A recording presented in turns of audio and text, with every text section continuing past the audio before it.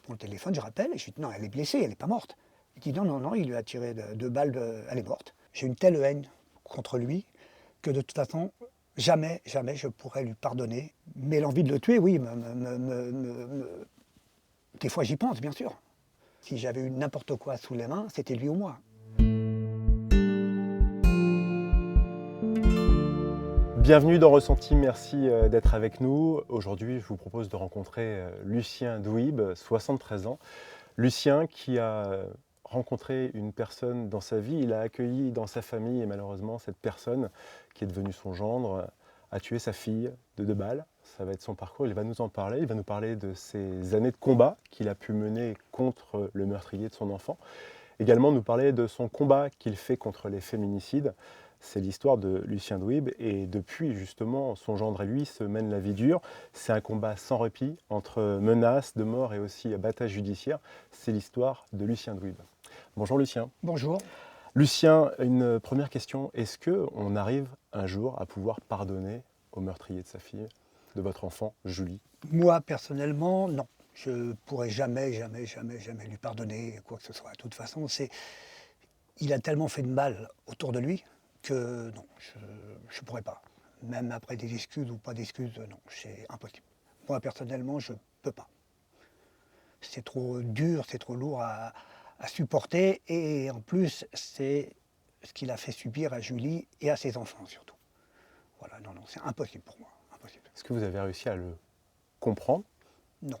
Non, parce que je comprends pas, je peux pas comprendre qu'un homme soit violent à ce point-là avec une femme, mère de ses enfants.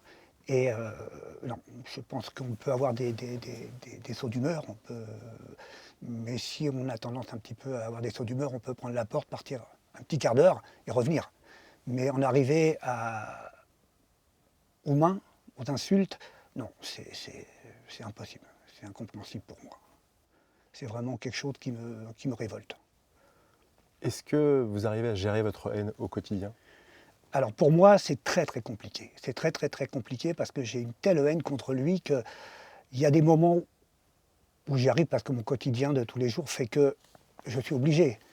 Mais vu ce qui se passe encore aujourd'hui, la haine est toujours là, elle revient, elle revient. Alors je pense que peut-être qu'un jour, ça va s'atténuer, le jour où on m'apprendra qu'il n'est plus là. Vous avez 73 ans, il a quel âge aujourd'hui, Bruno? Alors, il a presque 51 ans, je crois. Oui, 51 ans, 52 ans. Tous les jours, vous pensez à lui? Oui, tous les jours. Donc, c'est-à-dire que tous les jours, vous pensez à votre fille et tous les jours, vous pensez à lui? Ben, j'ai pensé à ma fille, je suis obligé. J'ai mes petits-enfants avec moi et c'est ma vie, c'est les enfants de Julie. Donc, automatiquement, tous les jours, depuis 7 ans, c'est Julie, Julie, Julie, et ses petits-enfants, Julie, voilà. À qui ressemblent le plus les 2 enfants qu'ils ont eus ensemble? Alors, le plus grand ressemble à mon fils Jordan. Et le petit, il y a 6 ans qu'on l'a récupéré, c'était la photocopie de son père. Donc c'était quelque chose d'affreux pour moi, parce que je voyais leur père à travers l'enfant. Donc il m'a fallu quelques mois, heureusement, pas plus, pour passer à travers ça, parce que c'était quelque chose de fou. Vous l'avez rejeté? Non, pas rejeté. J'avais du mal à accepter que ce soit aussi le fils de l'assassin de Julie. C'était, alors, bien sûr, j'ai été suivi, j'ai eu des psys qui m'ont fait comprendre que c'était pas de ma faute, c'était normal que je ressente cette chose-là. Mais c'est vrai que ça a été très très dur pendant quelques mois parce que matin, midi et soir, je voyais le père et je voyais pas forcément l'enfant.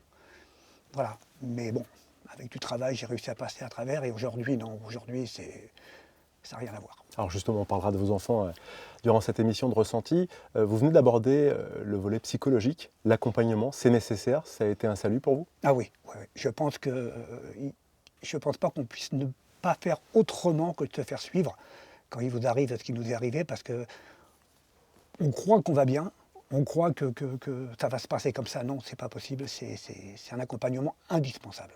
On a plus d'une centaine de féminicides malheureusement chaque année en France, des proches, que ce soit des parents, des ascendants, des descendants qui sont victimes collatérales comme ça de ces meurtres. Vous leur conseillez de se faire épauler absolument par une cellule psychologique. Ah oui, absolument. Ça passe par quoi cette aide? Ben, c'est surtout de se confier à des gens qui n'ont pas votre peine, qui ne ressentent pas ce que vous ressentez vous. C'est-à-dire vous parlez à des spécialistes qui vous écoutent et qui ne vont pas vous donner le conseil, mais qui vont vous diriger Ils vers ne sont la pas bonne dans voie. l'affect. Voilà, ils vont vous diriger dans la bonne voie. Et c'est ça qui est important. Il faut leur parler et eux vous disent continuez comme ça ou pas. Voilà. Et je pense que c'est indispensable, franchement. Julie est née en 1984, c'est une petite fille qui est solaire, qui est souriante, qui est rayonnante, vous êtes très proche. Elle est confidente, elle parle beaucoup avec vous, elle est confiante, elle est joyeuse, elle est partante toujours pour tout. Quand vous repensez à l'enfant qu'elle était, qu'est-ce qui vous revient en premier aujourd'hui? Bah, c'est surtout qu'elle était toujours pétillante de joie, elle était toujours avec un sourire, elle était, comment je pourrais dire, elle était aimante, elle allait vers les gens, même petite, elle avait besoin de montrer sa joie de vivre. Voilà. Et ce que je me rappelle, c'est qu'on a partagé des moments tellement importants, fabuleux, que je pourrais parler des heures. Mais voilà, c'était mon rayon de soleil. En plus de mon fils, hein, bien sûr. Julie, elle part à 22 ans travailler comme serveuse en Corse, l'île de Beauté. Elle part du côté de Calvi. Et c'est là qu'elle va faire la rencontre qui aurait pu être une très belle rencontre, mais qui va s'avérer être une rencontre celle qui va être la plus difficile de votre vie, puisque quelques années plus tard, ça va amener à la disparition de votre fils. C'est là qu'elle va rencontrer celui qui va changer à tout jamais le profil de votre famille, à savoir cet homme qui s'appelle Bruno.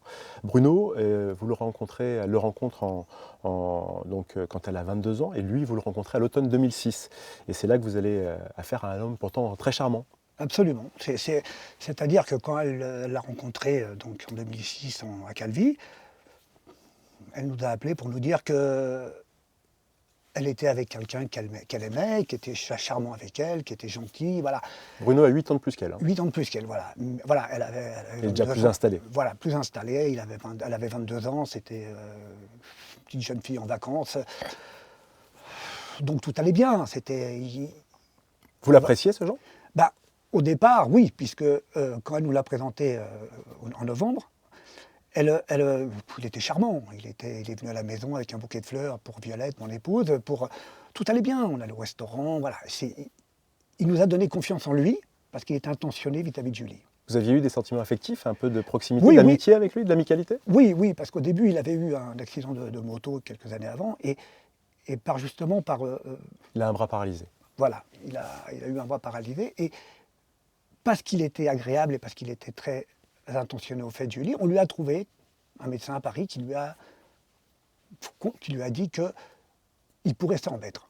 Mais au départ, il n'y avait aucun souci. Il était charmant, on lui aurait, il ouvrait la maison, c'était voilà, comme tout parent qui fait quelqu'un qu'on aime bien, quoi. Non, au départ, c'était quelqu'un de très très bien, très charmant, quoi. Pas du tout de crainte? Non, pas du tout. Au contraire, même confiant, puisque c'était sa poupée, c'était son objet, pas son objet, mais il s'occupait d'elle, il faisait le petit cadeau, voilà, c'était... Elle était toujours épanouie, toujours aussi solaire? Toujours aussi solaire. Ça a Elle été avait trouvé exactement la même vie que moi j'ai connue avec Violette, mon épouse, parce qu'on s'est connus un peu dans ces conditions. Et voilà, elle était ravissante. Oui, vous aviez fait votre voyage de noces en Corse. Exactement, Avec Julie. Violette et Julie qui avait 10 mois, justement, à Ajaccio. Et voilà, on était tombés. Moi, j'ai toujours été amoureux de la Corse. De toute façon, c'est un endroit magnifique. Mais voilà, tout allait bien, donc on ne s'est pas méfié. Tout allait bien, ils ont eu un premier enfant, ça se passait encore bien. Et voilà, par contre, Julie devient maman pour la deuxième fois, et là, il se passe quelque chose. Et ben à partir du deuxième, on a ressenti que Julie s'éloignait de nous. Elle nous appelait moins, quand elle parle au téléphone, c'était, au lieu d'être tous les jours, c'était tous les 2-3 jours. Et puis on voyait que c'était pas ça. On ressentait quelque chose qui n'allait pas. Et malheureusement, quand on lui demandait pourquoi, elle ne nous disait rien. Elle nous dit voilà, j'ai des enfants, je travaille pas, mais je m'occupe d'eux. Lui, il travaille, il s'occupe de la maison. Mais elle ne vous parlait pas de Bruno d'une Non, certaine façon? non. Elle vous a jamais dit Bruno est spécial, Non, maniaque? ça c'était venu un petit C'est peu venu après. après. Un petit peu après, un jour où on a senti que ça allait pas, on lui a posé la question parce qu'à chaque fois qu'on allait en Corse pour la voir, il venait jamais avec nous au restaurant.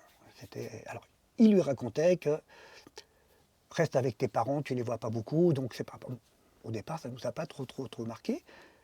Et puis un jour, on lui a demandé, mais pourquoi il est comme ça? Et elle nous a dit non, il est renfermé, il est comme ça, donc on n'a pas voulu s'en mêler. Elle avait l'air heureuse. Donc automatiquement.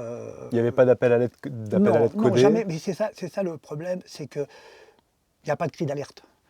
Il y a eu des cris après qu'on n'a pas forcément vus. Mais là, quand vous vous refaites l'image, le film en arrière. Aujourd'hui, oui. Alors Julie, ce qu'elle avait de fabuleux, c'est qu'elle avait toujours le sourire, même quand ça n'allait pas, mais elle envoyait des petits messages sur les réseaux à tout le monde, mais des tout petits messages qui faisaient que. En privé? Non. Elle le mettait sur son mur directement, donc tout le monde pouvait y accéder. Voilà, et alors c'était un petit mot. Aujourd'hui, j'ai pas pu sortir, j'ai pas pu me maquiller. Des petits mots qui faisaient que ça nous paraissait normal. Mais je pense qu'aujourd'hui, c'était des petits cris d'alerte. Et puis après, bon, je pense qu'elle. Parce qu'elle ne mettait pas de perspective quand elle marquait j'ai pas pu sortir, pas pu me maquiller, elle n'expliquait pas pourquoi. Non. Et personne venait l'interroger, pourquoi il y a eu ses copines, Julie, il y a eu ses copines, c'est là qu'on a commencé à avoir quelque chose qui n'allait pas, c'est que ses copines allaient la voir et elle s'était embrouillée avec ses copines. Parce que lui, ne voulait pas que les copines c'était tout. Donc on est dans le schéma classique à chaque oui, fois, oui, l'emprise, l'enfermement. Le pervers narcissique au top. C'est-à-dire qu'il a chassé, il a attrapé sa proie et il a détruit. Mais, encore une fois, alors après des copines venaient la voir, Julie, fais pas ça, reste comme ça, bon bref. Et malheureusement, il a réussi à éloigner tout le monde d'elle. Donc il ne recevait personne. Les copines étaient toutes venues des. Bon, et tu ne vas pas les voir. On est très bien en famille, tous les quatre. Ça suffit, ça nous suffit, on a besoin de personne d'autre. Et à force de répéter, elle acceptait, quoi. Tu t'es moche, tu ne sais pas t'habiller, alors que c'était une fille fabuleuse. Mais ça, on ne l'a pas su, on ne le savait pas. Ça, c'est son emprise. Lucien, j'aimerais qu'on reparle de cette fois en 2017, où Bruno se met à crier parce que Julie a ramené du sable, certainement il devait revenir de la plage, et Julie a ramené du sable dans le cœur de l'appartement. Et là, vous étiez présent. Voilà, et il s'est mis à crier, mais vous avez préféré aller dormir ailleurs. Voilà.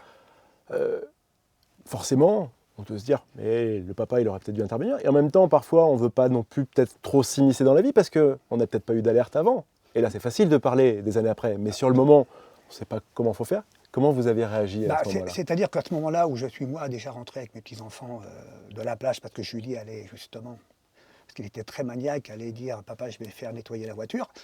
Donc moi, je suis rentré et j'avais des sacs de plage. Donc on est rentré, il y avait un peu de sable par terre, et lui, il était en train d'aspirer la maison. Déjà, il hurlait. Déjà, il nous avait rentré, il hurlait, ouais, je suis pas vous n'êtes pas au Club Med, je suis pas la bonne. Et j'ai dit, je l'ai vu comme ça, j'ai dit, qu'est-ce qu'il y a? Il me dit, non, le sable et tout. Alors j'ai pris les 2 sacs, j'ai mis sur le balcon. Puis 10 minutes après arrive Julie. Et là, il commence à l'insulter, ouais, je suis pas la bonne, on n'est pas au Club Med, en hurlant. Hein. Moi, qu'est-ce que je fais? Est-ce que je m'en mêle? Et je sais qu'après, il y aura des histoires si je m'en mêle, où je m'éclipse. Et je les laisse pour l'instant faire comme ça, quoi. Et puis là, j'ai appelé Violette, j'ai dit, écoute, demain ou après-demain, on devait vivre chez eux. J'ai dit, non, on prend une chambre d'hôtel. Parce que là, moi, si je reste là, ça ne va pas bien se passer avec ce qui vient de t'arriver.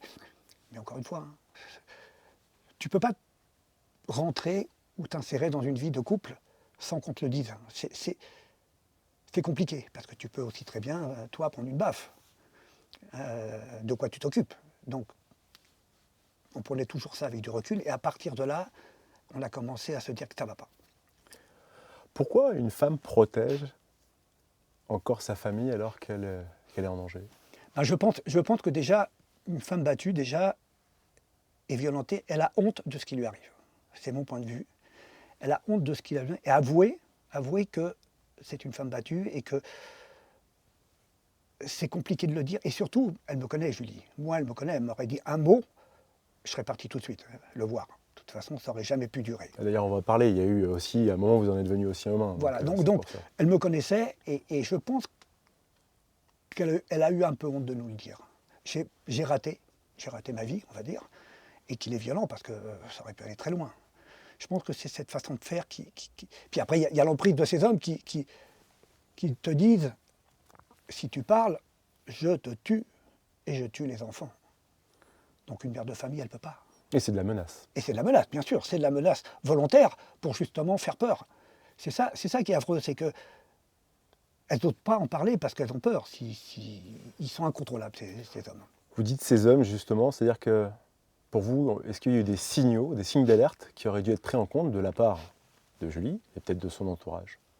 C'est-à-dire que la Et quand je vous différence... pose la question, c'est que pour des personnes qui peuvent se dire « Tiens, je suis peut-être dans le même genre de schéma, est-ce que je dois m'alerter ?» Est-ce qu'un homme qui dit « Je vais te tuer », est-ce que c'est les mots qui peuvent dépasser la pensée? Ou est-ce que si ce mot est choisi, les mots ne sont pas choisis au hasard, si ce mot est dit, si cette phrase est dite, est-ce que là, tout de suite, c'est gros warning, gros drapeau rouge, gros red flag, et est-ce qu'il faut s'inquiéter? Oui, je pense que déjà, un homme qui te dit je vais te tuer, déjà de toute façon, c'est dans sa tête, il l'a envisagé, sous la colère ou pas, je ne sais pas.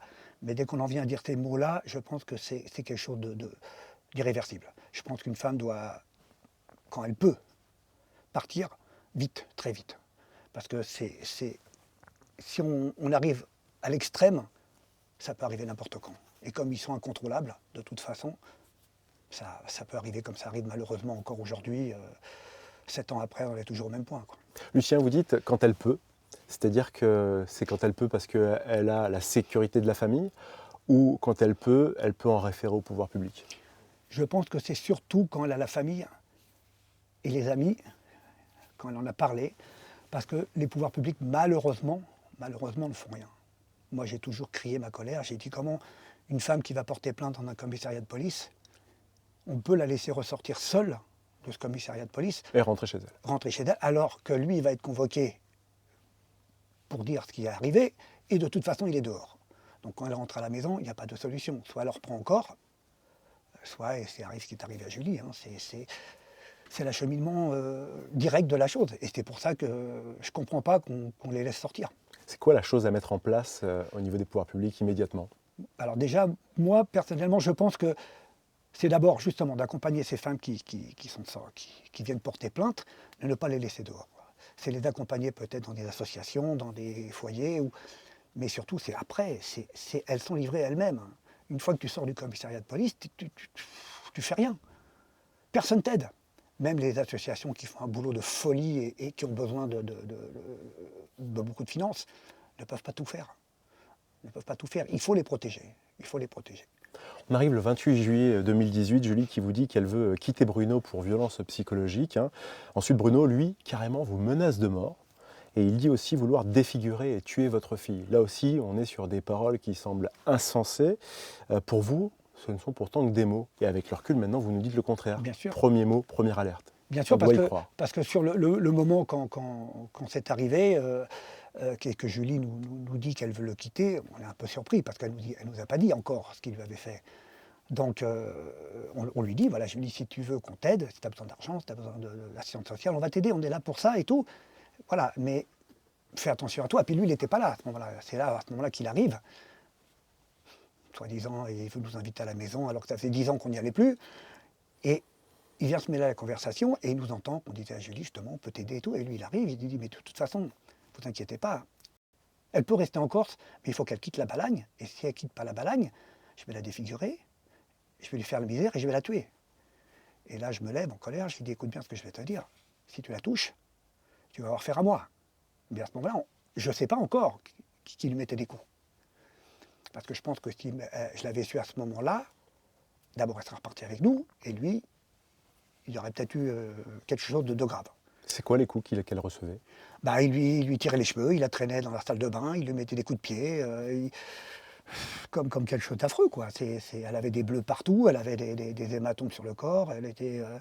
voilà, et elle ne se plaignait pas parce que... Vous avez vu votre fille avec des bleus? On ne l'a pas vue tout de suite. Alors, quand elle avait des bleus et qu'on voyait sur les bras, sur les épaules, comme elle faisait pas mal de manutention parce qu'elle faisait les marchés avec ses bijoux, elle nous disait à chaque fois, je me suis cogné, voilà, c'était... voilà. Elle ne nous a jamais alertés réellement pour nous dire que c'était des coups. Voilà, et c'est ça le problème. C'est ça que je veux crier, c'est confiez-vous, dites-nous ce qui ne va pas. On ne peut pas le savoir. Et si on ne le sait pas, on ne peut pas vous aider. Voilà. Ça, après, on l'a vu au moment des procès où la présidente a bien voulu montrer les photos d'hématomes de Julie, mais où sont ça, non. Parce qu'elle faisait tout pour le cacher. C'était quotidien les coups? Pas quotidien, mais assez souvent. Assez souvent, parce qu'on a appris après qu'il l'avait mis 4-5 fois à la porte et qu'elle était revenue pour les enfants. Voilà, toujours pour les enfants, parce que ses enfants, c'était sa vie et qu'elle n'aurait jamais pu laisser ses enfants à un monstre pareil. Pourquoi elle n'a pas osé en parler? Je pense sincèrement, c'est que, comme j'ai dit tout à l'heure, c'est qu'elle avait honte, parce qu'à un moment, on lui a dit, fais attention, je ne dis pas pour toi. Et je pense qu'elle m'a protégé, parce qu'elle sait que j'aurais pu être très, très, très violent. La preuve, c'est que je me suis battu avec lui. Hein. Et ma réaction, surtout que nous, on était d'une famille nombreuse et très aimante, donc il n'était pas question qu'on touche ma fille. Hein.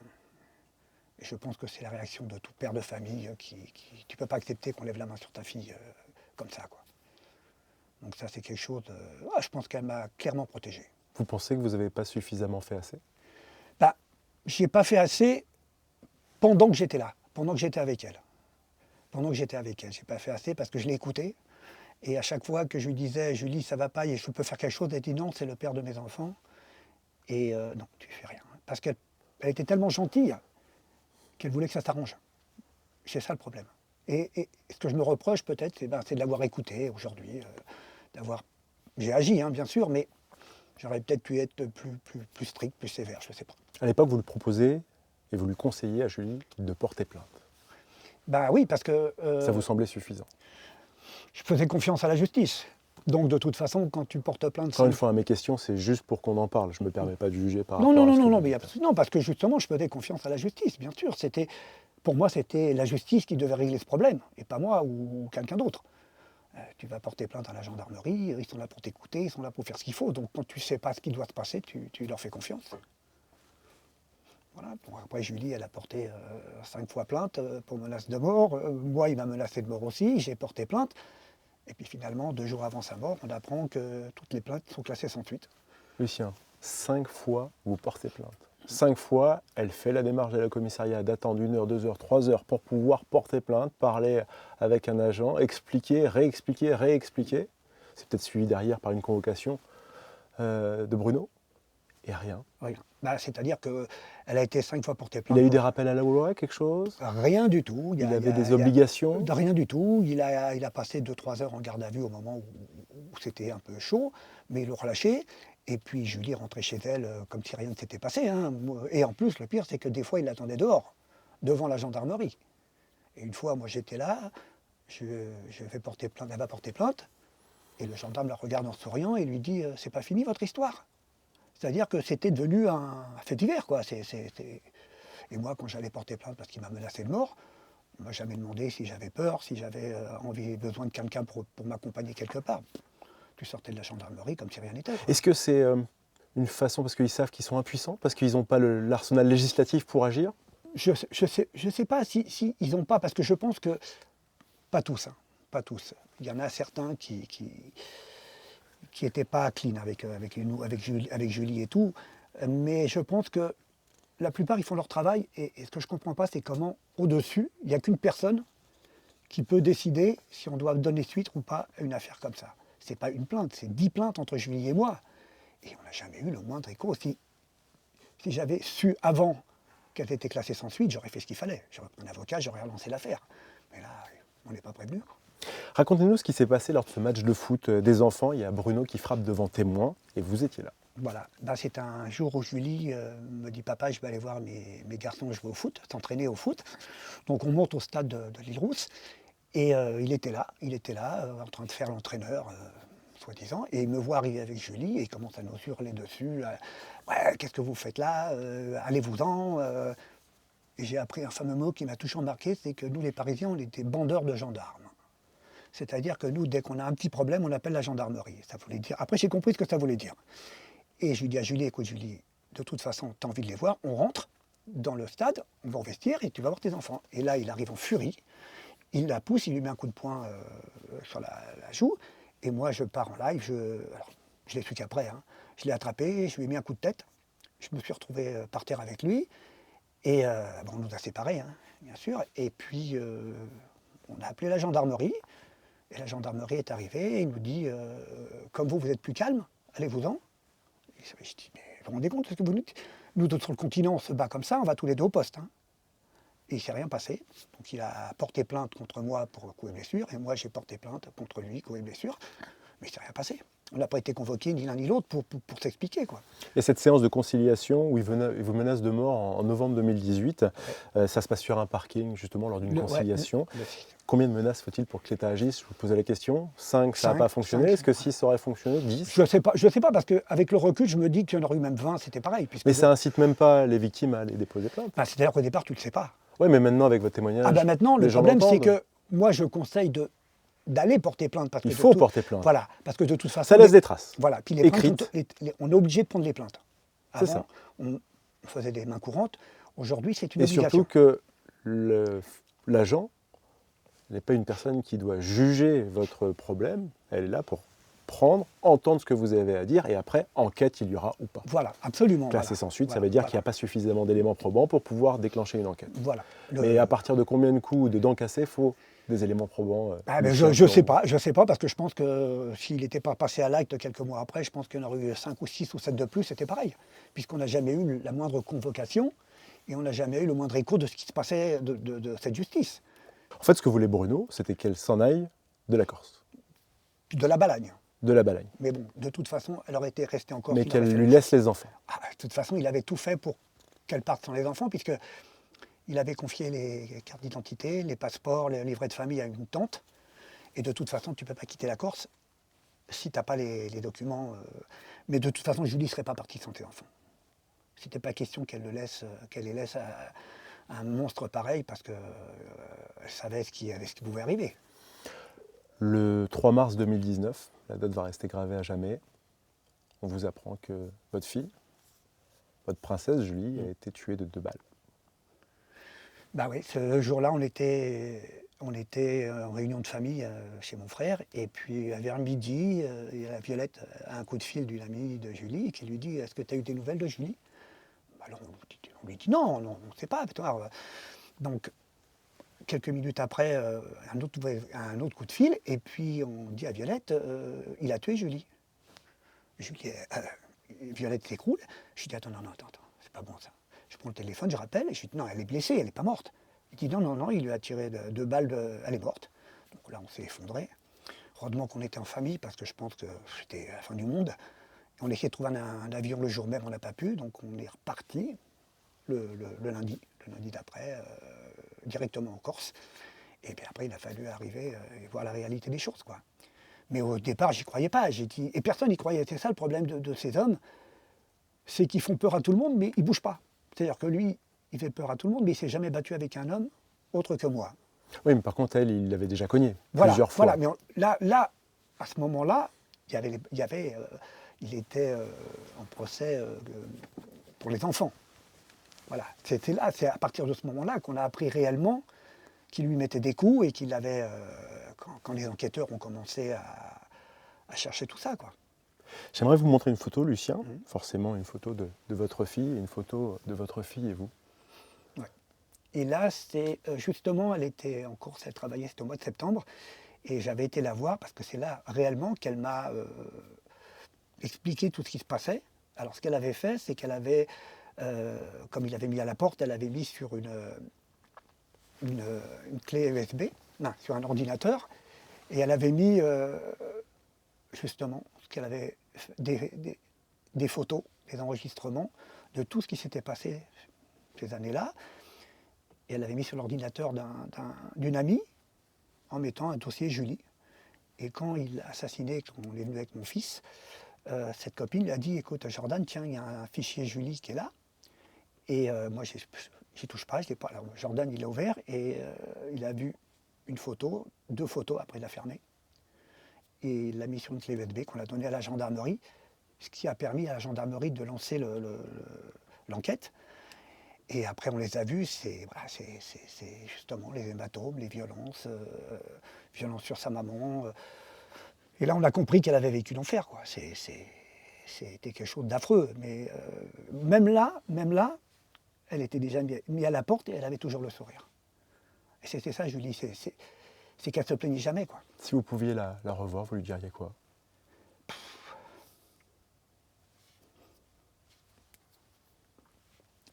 Déjà, je leur ai dit déjà de partir bien avant, déjà de se confier, déjà de nous le dire, ou au moins prévenir tout le monde autour d'elle qu'il n'allait pas et qu'il a frappé, déjà.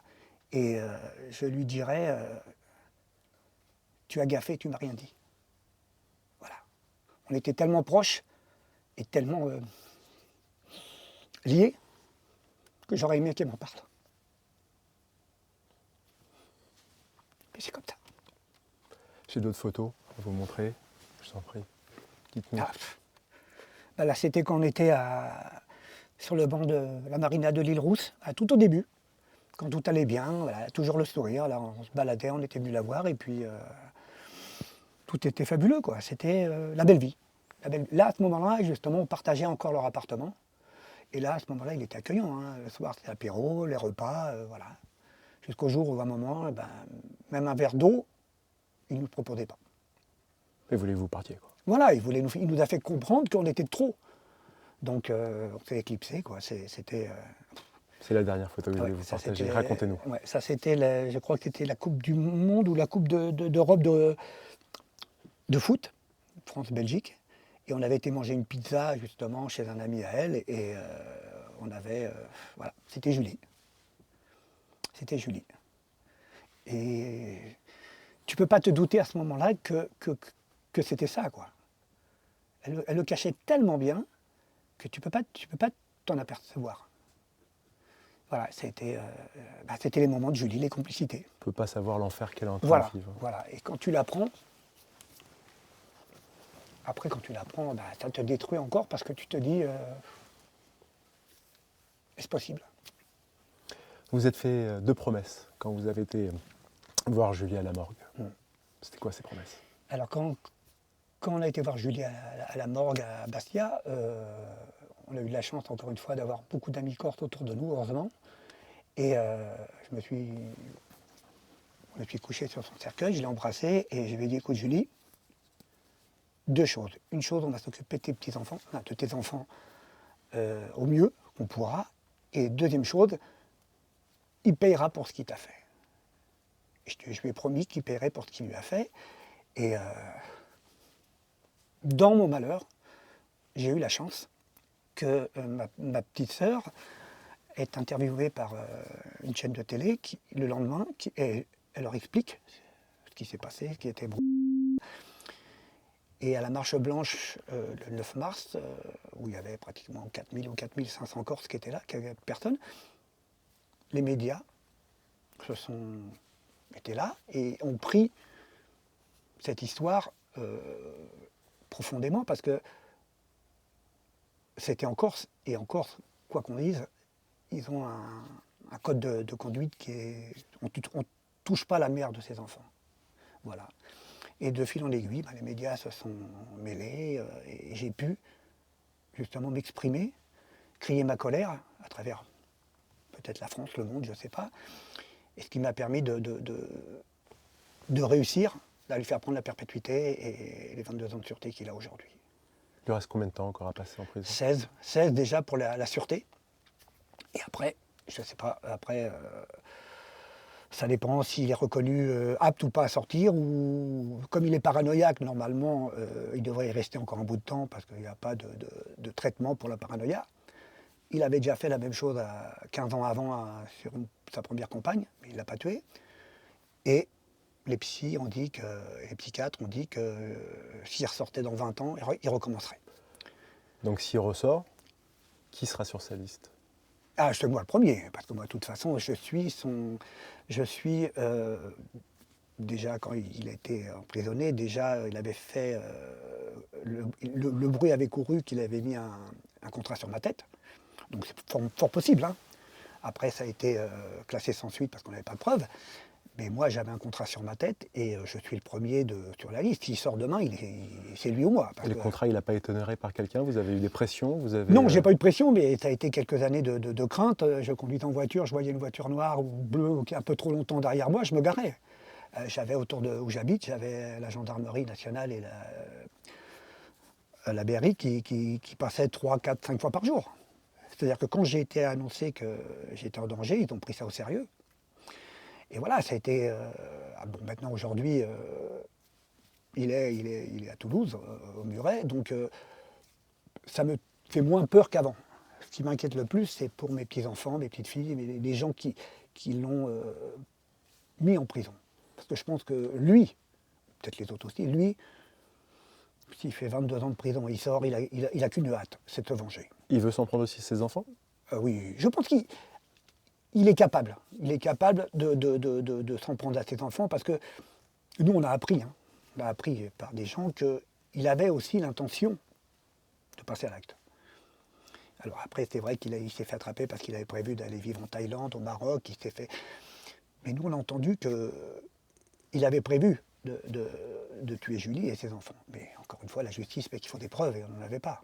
De toute façon, ça n'aurait rien changé. Il a pris la perpétuité. En France, c'est 22 ans, donc ça n'aurait rien changé. Et si demain il sort, vous allez réagir comment?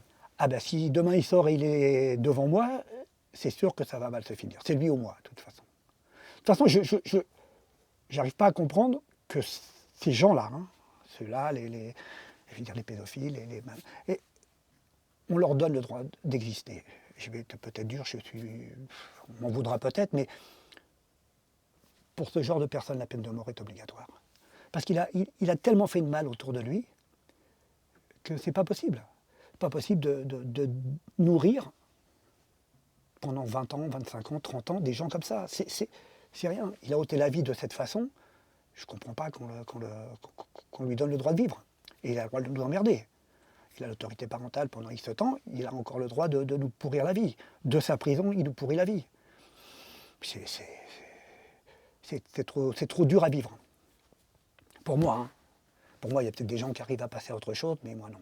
Lui vivant, je me projette dans l'avenir. Je me projette pour mes petits-enfants, pour mes petites-filles, pour mon fils, parce que je sais qu'il est capable de faire n'importe quoi.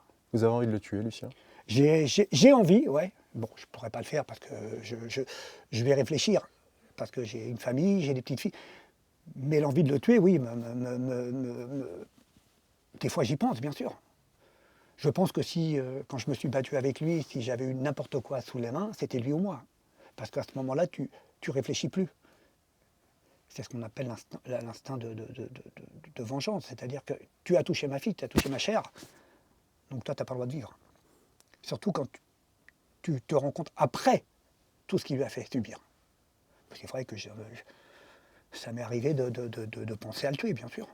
Et je ne le cache pas, parce que je ne pense pas qu'une famille de victimes, quelle qu'elle soit, n'ait pas eu ça dans la tête. Surtout quand on voit ce que la justice, où on en est encore aujourd'hui. C'est-à-dire qu'ils ne sont pas punis, ils font la moitié de leur peine.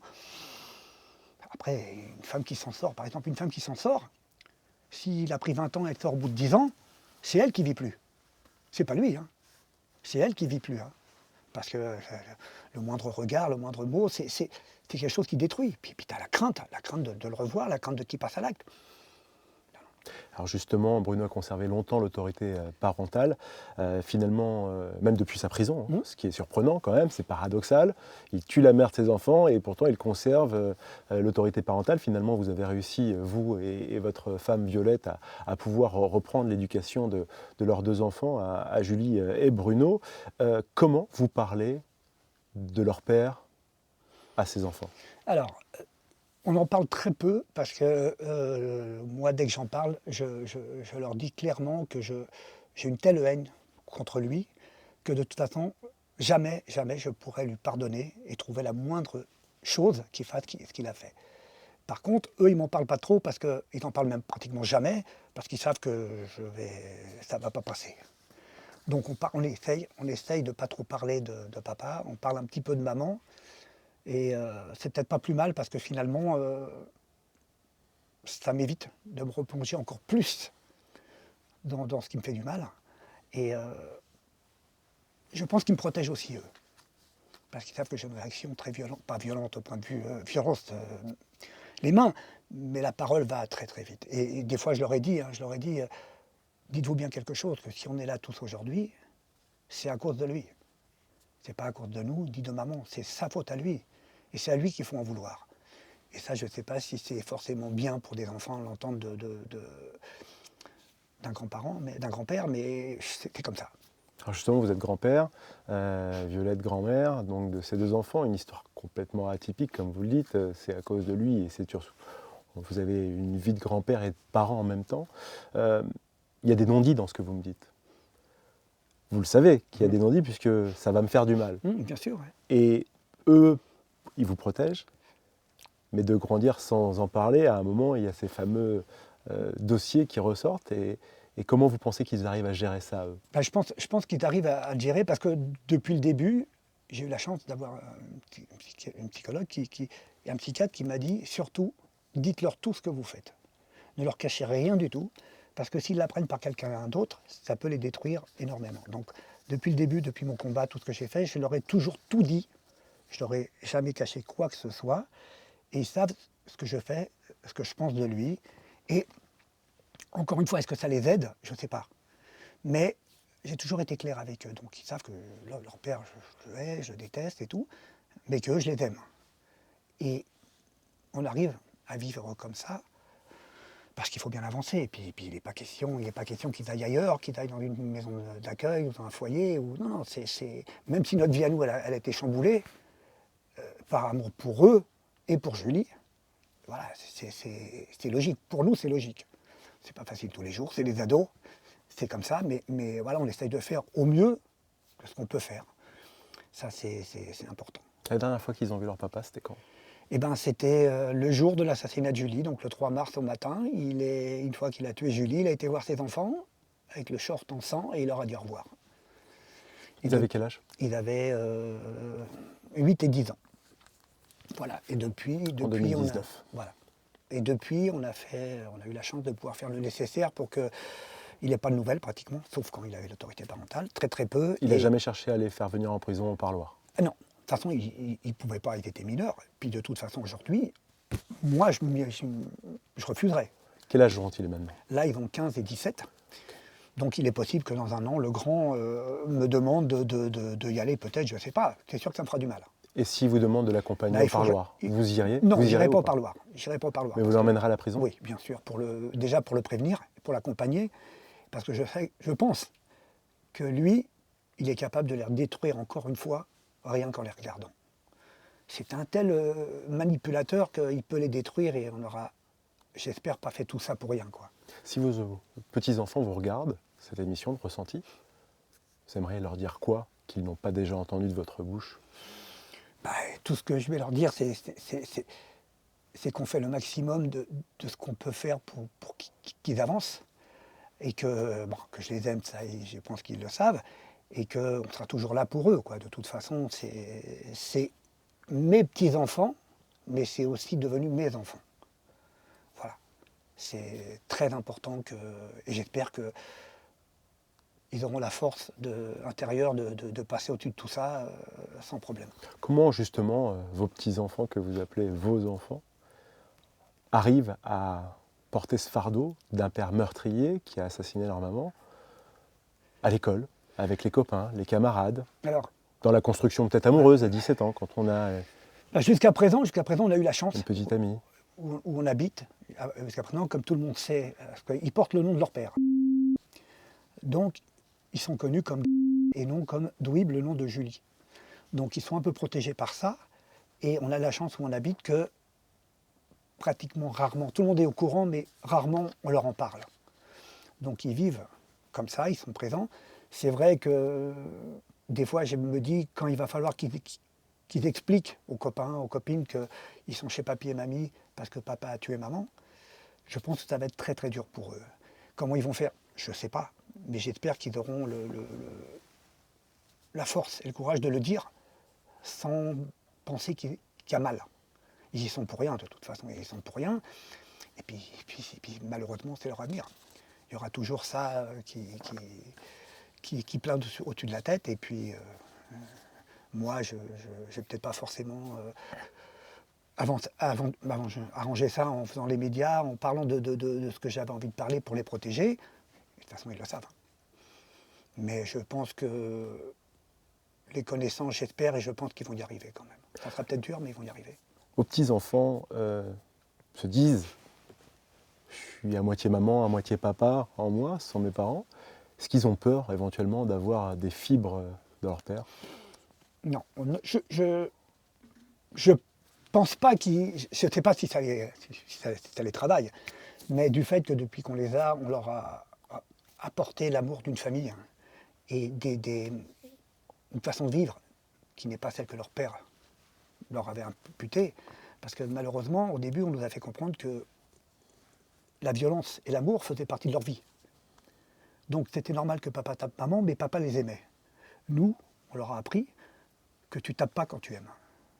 Tu aimes, tu montres que tu aimes, tu es protégé, mais tu tapes pas. Et j'ai la chance d'avoir une famille énorme. Et puis on vit dans l'amour, et puis en leur inculquant les manières. Moi j'ai même un petit défaut, c'est que dès qu'ils sont au collège et qu'ils me disent c'est une nana, je dis non, c'est pas une nana, c'est une fille. Ce qui est le langage de tous les ados. Voilà, c'est une déformation que j'ai prise malheureusement et qui des fois est pas bonne, quoi. Parce que c'est leur façon de parler, quoi. J'essaye en plus de leur inculquer le respect de la femme. Voilà, et de la jeune fille, peu importe. Lucien, quand vous avez perdu votre enfant avec votre femme Violette, comment on fait pour garder son couple présent? Eh bien, je pense que c'est très très dur parce que moi, je me suis consacré pendant des années au combat que je menais, donc j'ai délaissé la famille. Et quand tu as la chance d'avoir une femme comme Violette qui se bat avec toi, qui t'accompagne et qui prend le rôle de maman, d'élever les enfants, s'il n'y a pas ça et s'il n'y a pas de l'amour, tu t'es brisé en deux. Tu es brisé en deux parce que je ne peux même pas dire deux mots, c'est insupportable. Tout est parti en l'air. Les relations qu'on avait avant ensemble disparaissent. Parce que toi, tu te bats d'un côté, elle, d'une autre façon. Et des fois, malheureusement, tu t'en remets pas, quoi. Donc il faut être très, très, très lié, très proche. Est-ce que vous arrivez ou est-ce que vous consentez la possibilité d'être heureux à nouveau? Voilà, comme je vous l'ai dit tout à l'heure, je pense que je redeviendrai heureux à 100% le jour où on m'annoncera qu'il n'est plus là. Le jour où j'arrêterai de me projeter, c'est peut-être un tort, je ne sais pas, hein, le jour où j'arrêterai de me projeter sur l'avenir, de ce qui peut leur arriver à eux, je pense qu'à ce moment-là, je pourrais me dire, on a fait ce qu'il fallait. Et le bonheur avec vos petits-enfants et Violette à l'heure actuelle, c'est quelque chose de pas compatible? Si, justement, parce qu'on essaye au maximum d'avoir des moments heureux. Mais encore une fois, quand là, il y a eu Noël, il n'y a pas maman. L'anniversaire du grand est arrivé le 12, il n'y a pas maman. Fête des mères, il n'y a pas maman. Il manque un élément dans la famille qui fait qu'on pourrait être encore plus heureux. Donc vous ne parlez pas de maman, ni de papa, bien au contraire, bien sûr. Et même avec Violette, vous ne parlez pas de on en parle, mais on en parle justement, j'en parle toujours en ayant cette haine. Voilà, c'est-à-dire... Violette a la même haine que vous? Ah oui. Elle le cache peut-être moins, elle veut avoir plus de recul que moi, mais elle a la même haine. C'est nous enlever une partie de notre vie, c'est notre chair. Et elle le crie pas. Moi je le crie parce qu'il faut que je le crie, j'ai besoin de le crier. Mais je pense que toute famille est détruite de toute façon. Et vos petits-enfants ont de la haine contre leur père? Je ne sais pas. Je pense qu'au fond d'eux, sûrement. Mais comme on n'en parle pas, je ne peux pas le dire. Je pense qu'au fond d'eux, oui, parce qu'ils voient bien que leur vie est chamboulée et que Noël, fête des mères, il n'y a pas maman, je ne peux pas la prendre dans mes bras. Et même quand ils nous prennent dans leurs bras, ce n'est pas la même chose. C'est pas ton sang, c'est pas ta chair, c'est pas maman qui vient les voir, leur faire des câlins. Non, on leur fait des câlins, bien sûr, Violette leur fait des câlins. Mais je pense que c'est pas la même chose. Et de temps en temps, ils doivent avoir des coups de calgon qui fait que des fois, ils ont un petit coup de moral à zéro, quoi. Petit coup de moins bien. Voilà, oui, non, mais ça, je pense que c'est obligatoire. Il faut être présent, il faut essayer de les épauler au maximum. On les gâte plus? Non. On ne les gâte pas plus que les autres. Vous avez élevé vos petits-enfants comme vous avez élevé Julie Ouais. et son frère? Ouais. Différemment parce que c'est mes petits-enfants et entre les petits-enfants et moi, il y a une ou deux générations. Puis 73 ans, on n'a pas la même patience que papa et maman, que maman. Hein. Donc, on les élève de la même façon, mais en s'adaptant plus à leur façon de vivre à eux qu'à la mienne. Voilà, aujourd'hui, avec les ordinateurs, les téléphones, les machins, c'est comme ça. Mais non, je les aime, je pense les élever de la même façon. Et dans la même direction, surtout. Je respecte les autres. Et je leur ai appris, et ça, j'ai toujours été fier de ça, c'est que si demain, je te croise, je te dis bonjour. Si toi, tu ne veux pas me dire bonjour, c'est pas grave. Mais moi, je te dis bonjour. Voilà. Tu ne peux pas traverser la rue et te dire, ouais, t'as vu ce con, non, non. Tu as fait ce qu'il y avait à faire, tu as dit bonjour, et c'est très bien. Donc c'est le respect des autres, et après tu verras si les autres t'aiment ou pas, c'est pas le problème. Mais au moins tu as le respect des autres. C'est ce que j'avais appris à Julie et à Jordan. Et ce qu'on nous a appris à notre famille, quoi. Des valeurs humanistes. Dites-moi, Lucien, pour terminer cet épisode de Ressenti, on parlait d'une centaine de féminicides par an, année après année. En France, c'est même année, même terrible nouvelle. Vous évoquiez 5 plaintes qui ont abouti malheureusement à la disparition de votre fille Julie en 2019, 3 mars 2019. J'ai l'impression que les années se répètent, Oui. Malheureusement. Les informations répètent les mêmes choses. Et on dit, ah oui, on va faire mieux, on va changer. Il faut prévenir, il faut aller parler. Alors je sais qu'il y a des choses qui se font, on apprend notamment à recevoir les plaintes de mieux en mieux, et c'est bien, c'est des petits pas. Pour vous, quels sont les leviers à activer absolument dans les prochaines années, avant 2030, pour pouvoir obtenir des résultats concrets? Parce que là, on ne peut pas dire « et si on savait », puisqu'on sait. Non, si tu veux, moi je vais être clair, et je le dis depuis tout le temps, c'est que tant qu'on ne les punira pas à la hauteur de ce qu'ils ont fait, et que les peines, c'est pas la peine d'aller en justice, si on te donne 30 ans et que t'en fais que 10, je vois pas l'intérêt. Tu fais subir aux familles quelque chose d'énorme, tu leur fais espérer qu'il va faire 30 ans de prison et qu'ils vont être tranquilles 30 ans, alors que c'est pas vrai.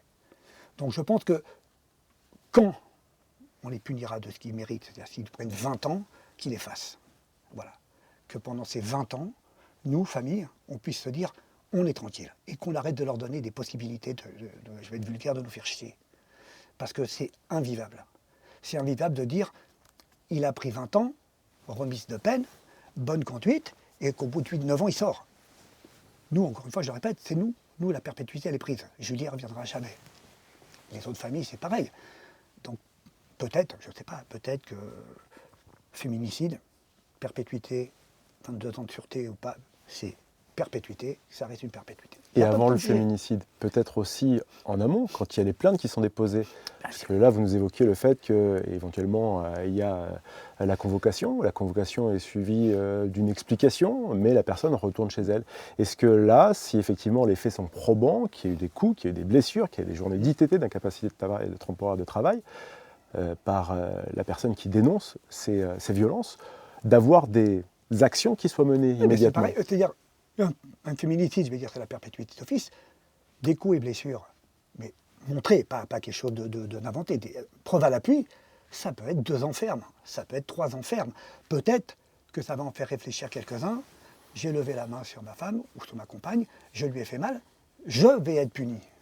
Je vais être puni. C'est pas je passe en jugement et je prends 2 ans avec le bracelet et que je fais ce que je veux. Non, non, c'est pas bon. Ça changera jamais parce que, encore une fois, ils ont peur de rien.